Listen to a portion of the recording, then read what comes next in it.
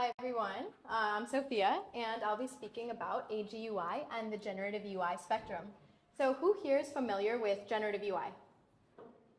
All right, quite a lot of us. And then AGUI? Okay, a handful. If you're not familiar with AGUI, what do you think it stands for? Wrong answers only.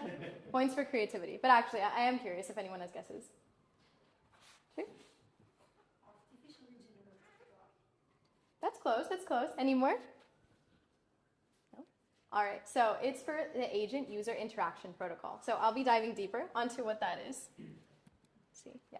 So just a quick overview on me. My name's Sofia, and I joined CopilotKit about 2 months ago. I lead the technical ecosystems, meaning I do partnerships and events. I used to be a software engineer at Google working on AR glasses, but I pivoted to startup life whenever one of my good friends, co-founder, convinced me that this technology is going to be a really big impact on the AI world.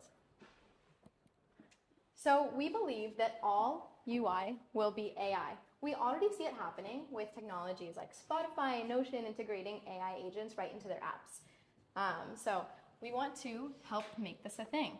But why isn't it more of a thing yet? So that's explained because the agents break the request-response paradigm.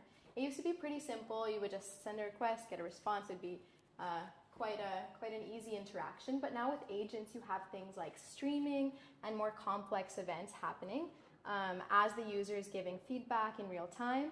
And so it's a lot harder to have these things displayed in a user interface. So how do we get there? So that's where AGUI comes in, the Agent User Interaction Protocol. So what is it? It's an open protocol that essentially standardizes real-time communication between agents and the front end. So this works for any backend to any front end, which is what makes it so unique. So if you're building a website and you want to hot swap what agent you're using, you don't have to be locked into one thing. So it does this by having a set of 16 standard events that fall into these categories. There's lifecycle, text messages, tool calls, state management activity, and even special events where you can customize what you want it to send. And then the communication protocol, it uses SSE for agent to front end, since that's going to be most of the events coming through. And then front end to agent uses posts, since those tend to be more discrete events coming from the user to the agent. But it is bidirectional, so there's state sync between agents and users. So yeah, essentially to summarize, AGUI can connect to any of these front ends, whether it's web, mobile, it's multimodal, so you can use voice, it can be Slack or WhatsApp, even Microsoft Teams.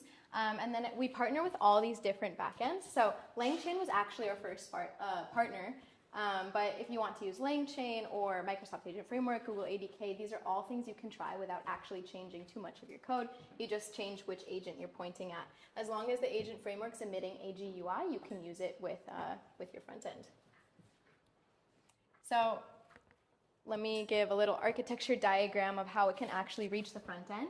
So AGUI gets the events from the back end, and then it streams it. Then we also create this technology, CopilotKit, that actually is a consumer of the AGUI events, and then that has the last mile to actually link it to React hooks or an Angular view, and there's tons of other front ends also just in the AGUI community. CopilotKit's also open source. It's an SDK for taking in these AGUI events. But yeah, this is just one other diagram to display this, where you have your AGUI event stream coming up here, and then it connects to the CopilotKit runtime, and then has all these different front-end supports. So what does agentic UI actually look like? So say you go through all this process of linking your agent to your front end, but then for what, right? So this is where generative UI comes in. There's a spectrum of different things that you can do with the agent.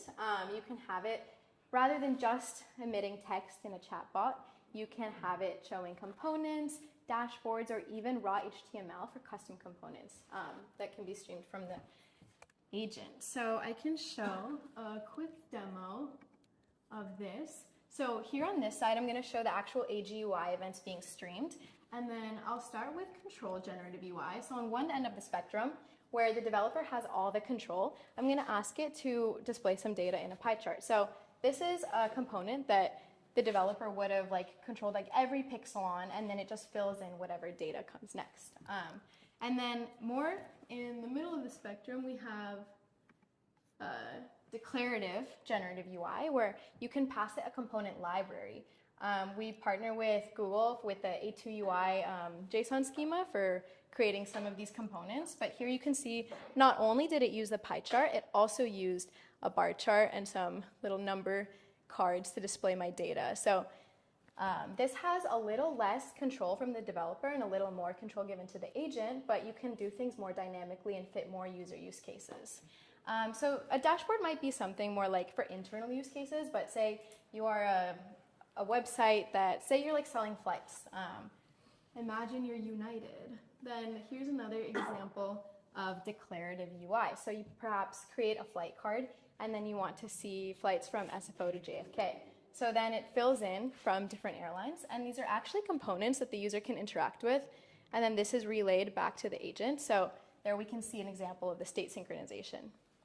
And then lastly, I'll show an example of the open generative UI. By requesting the agent makes me a calculator.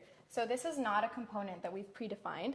So here it's going to write raw HTML straight to this iframe, double iframe for security, and then you can see it created this fully functional calculator using AGUI and CopilotKit. Let's give it a whirl. So yeah, if your user wants to have a component that isn't actually there yet, the agent can enable you to do something like that. See, earlier in Sudeep's presentation, he also mentioned the LangChain Managed Deep agent. So we also have a little demo here where you can add your custom agent or just use the default one, and then you can see here, like you can decide what you want it to enable, whether like declarative Gen UI open, and then like what components you want to give it. So yeah, that's just one example of how we partner with LangChain. And then if you are interested in getting started, this is just some CopilotKit documentation. Over on this side, you can actually pick from the different agent frameworks we support. And then the starter is very simple. So yeah, that is an overview. Let me put it back on the slides. If you saw something that interested you and you want to build more, we're actually hosting a hackathon on Saturday with Google.